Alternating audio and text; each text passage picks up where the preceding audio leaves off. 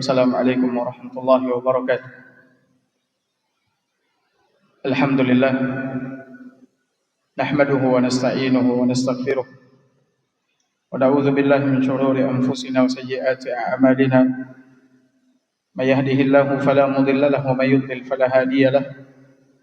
Asyhadu an la ilaha illallah wahdahu la syarika lah wa asyhadu anna Muhammadan abduhu wa rasuluh. Ya ayyuhalladzina amanu ittaqullaha haqqa tuqatih wa la tamutunna illa wa antum muslimun. Amma ba'du, Bapak Ibu hadirin hadirat jamaah salat zuhur yang semoga senantiasa dirahmati oleh Allah Azza wa Jalla.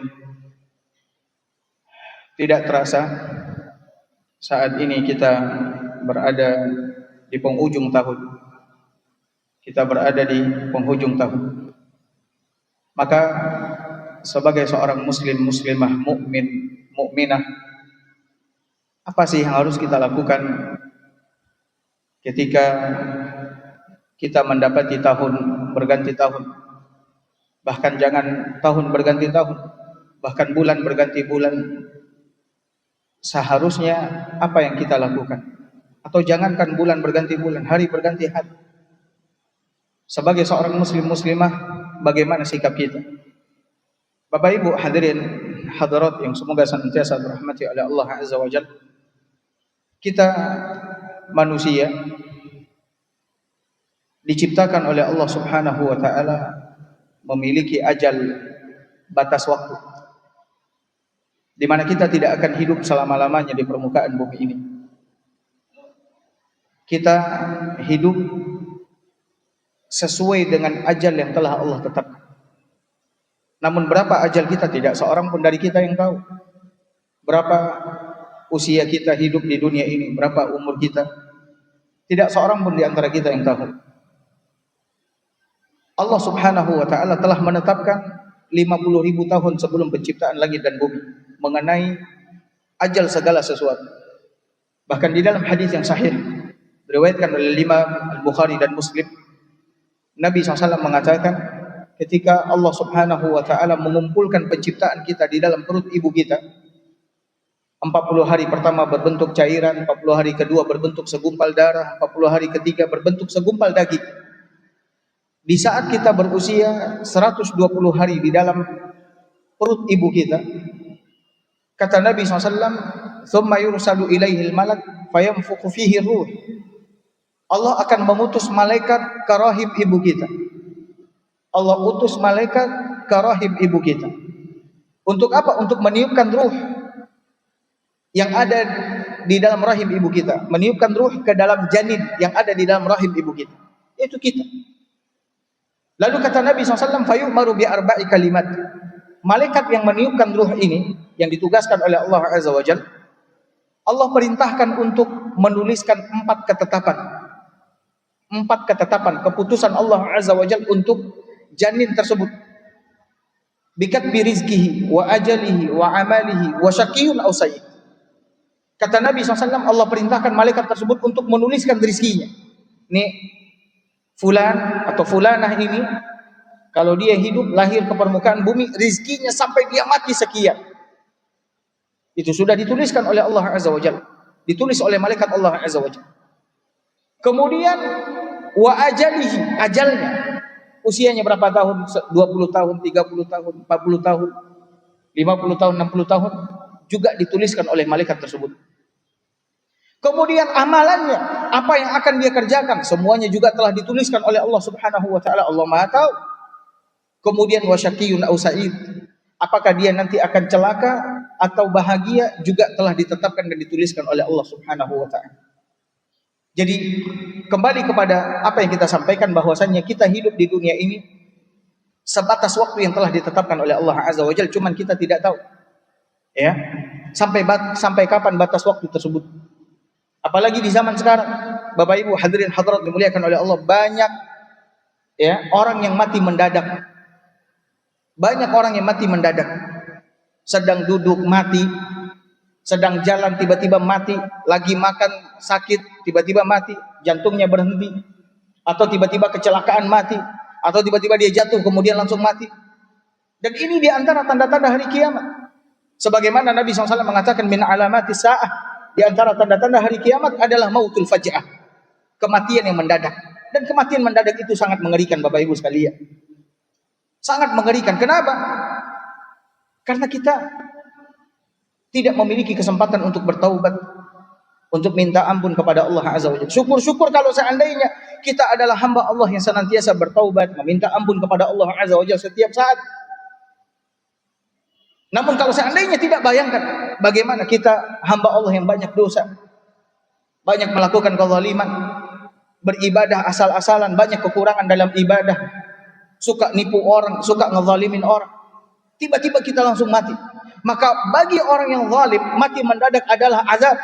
Namun bagi orang yang beriman, yang senantiasa beribadah kepada Allah, banyak mengerjakan amal soleh, senantiasa bertaubat dan beristighfar kepada Allah, maka mati mendadak adalah rahmat dari Allah Azza wa Jalla. Nah Bapak Ibu hadirin hadirat dimuliakan oleh Allah, tidak terasa kita berada di penghujung tahun. Sebenarnya kita kalau mau memuhasabah diri, mengintrospeksi diri, mau bertaubat dan minta ampun kepada Allah, tidak mesti nunggu penghujung tahun, tidak mesti tunggu tahun baru. Karena tugas dan kewajiban bertaubat meminta ampun kepada Allah itu adalah tugas diri kita setiap hari. Kenapa? Karena setiap hari kita tidak lepas dari dosa dan maksiat, tidak lepas dari melakukan kesalahan. Kita sebagaimana yang disebutkan oleh Nabi SAW adalah makhluk yang banyak salah. Kullu bani Adam khata'. Semua anak Adam adalah manusia yang bersalah, banyak salah, suka mengulang-ulangi kesalahan. Wa khairul khata'in at-tawwabun. Namun sebaik-baik orang yang banyak melakukan kesalahan adalah orang yang banyak bertaubat kepada Allah Subhanahu wa ta'ala. Makanya Nabi kita yang mulia SAW memerintahkan kita umatnya untuk bertaubat dan beristighfar kepada Allah dalam sehari tidak kurang dari 70 kali, kalau bisa 100 kali. Setiap hari kita mengatakan Rabbighfirli wa tub alayya innaka antat tawwabur rahim. Rabbighfirli wa tub alayya innaka antat tawwabur rahim. Wahai Rabbku, ampuni dosaku dan terimalah taubatku, sesungguhnya Engkau Maha penerima taubat lagi Maha penyayang. Terus kita baca ini Bapak Ibu sekalian. Bapak Ibu hadirin hadirat yang semoga senantiasa dirahmati oleh Allah Azza wa Jalla. Sebagian orang senang dan bergembira, berbahagia ketika mendapati tahun berganti tahun. Namun tahukah Bapak Ibu hakikat tahun berganti tahun itu apa? Hakikat tahun berganti tahun bagi kita manusia adalah dekatnya kita dengan ajal kita, dekatnya kita dengan liang lahat, dekatnya kita dengan apa? Kematian. Maka tidaklah bertambah umur seorang hamba melainkan mengurangi jatah hidupnya di dunia.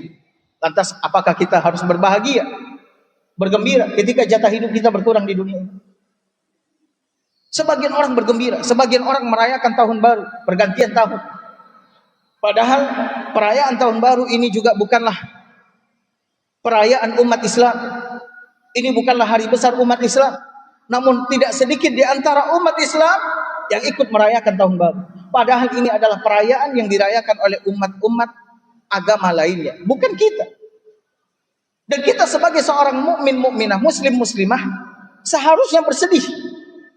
Seharusnya kita khawatir, ya, ketika kita menjumpai tahun berganti tahun. Kenapa? Karena jatah hidup kita berkurang. Jatah hidup kita berkurang. Al-Imam Al-Hasan Al-Basri rahimahullahu ta'ala mengatakan apa? Kata Imam Al-Hasan Al-Basri, ya ibna Adam, innama anta ayyam, wahai anak Adam, kalian itu cuman kumpulan hari. Kalian itu cuman kumpulan hari. Setiap kali berlalu satu hari dari kalian, maka hilanglah sebahagian dari diri kalian.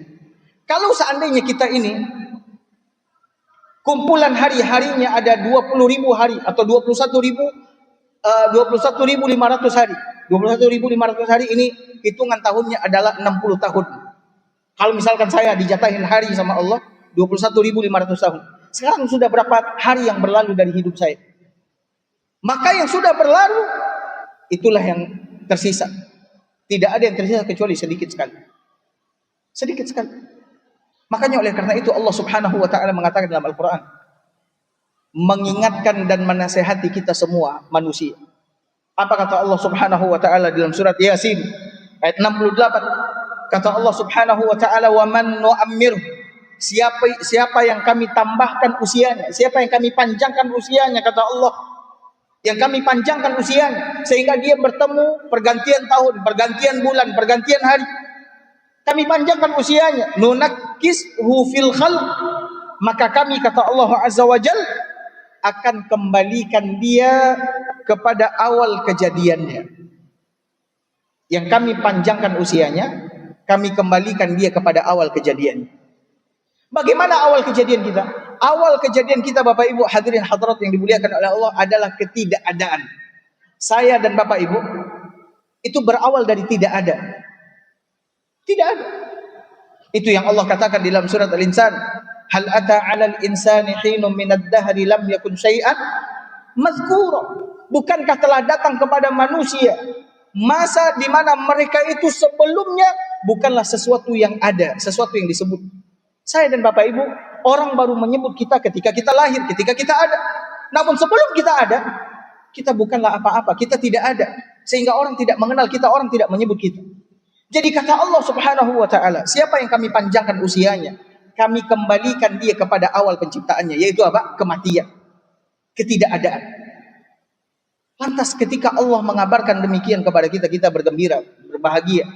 Kemudian menghidupkan kembang api, kemudian menghidupkan petasan, kemudian kita makan besar karena pergantian tahun.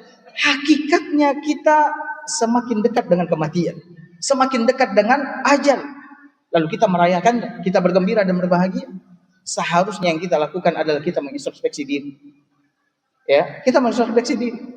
Sudah seberapa bekal kita, ya, untuk menghadapi kehidupan setelah kehidupan dunia. Bapak Ibu, perjalanan setelah kehidupan dunia ini adalah perjalanan yang panjang, dan tidak ada yang mengetahui berapa panjangnya selain daripada Allah Azza wa Jalla. Dari mana kita tahu, Bapak Ibu? Bapak Ibu, Nabi kita yang mulia SAW meninggal dunia berapa tahun yang lalu? Nabi telah meninggal 14 abad tahun yang lalu, dan sekarang beliau berada di dalam kuburnya, di alam kubur sudah lebih dari 1400 tahun. Sementara usia Nabi selama dia hidup berapa usianya? Usianya cuma 63 tahun. Maka mana yang lebih panjang? Perjalanan kehidupan di dunia yang hanya 63 tahun, atau perjalanan di kehidupan akhirat yang dimulai dari kehidupan alam barzakh?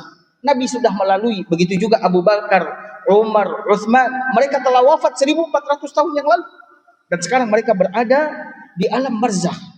Maka perjalanan setelah kehidupan dunia ini perjalanan yang jauh lebih panjang daripada perjalanan dunia.